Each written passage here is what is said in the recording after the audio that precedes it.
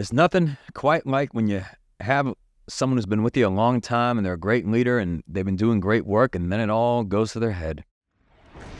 They start to act entitled, they start to act superior, and you know that's not good for business because that's not very leaderly. What happened to the humility? What happened to being a servant leader and being vested in the success of others? But I'll give you a foolproof solution to solve this problem immediately. And it's actually probably not what you think. In my experience, if you want to neutralize this threat, because a lot of times the reason why somebody gets a big head and the reason why they get that ego is because life becomes a little too easy for them. They start going through the motions.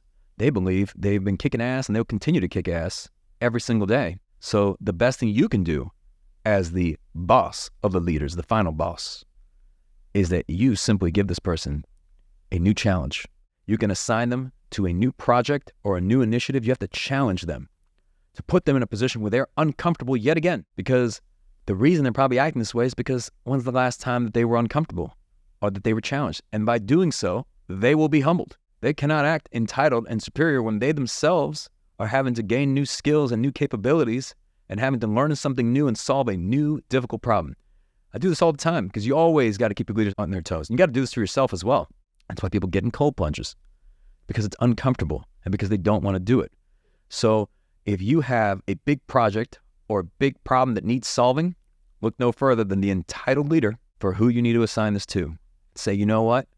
You can even butter them up and say, you've been kicking so much ass and you've been here so long, I'm confident that you can figure out just about anything. And they say, yes, sir. And then you hit them with that new project and they're going to get real quiet because they thought they were going to do something that they already knew how to do.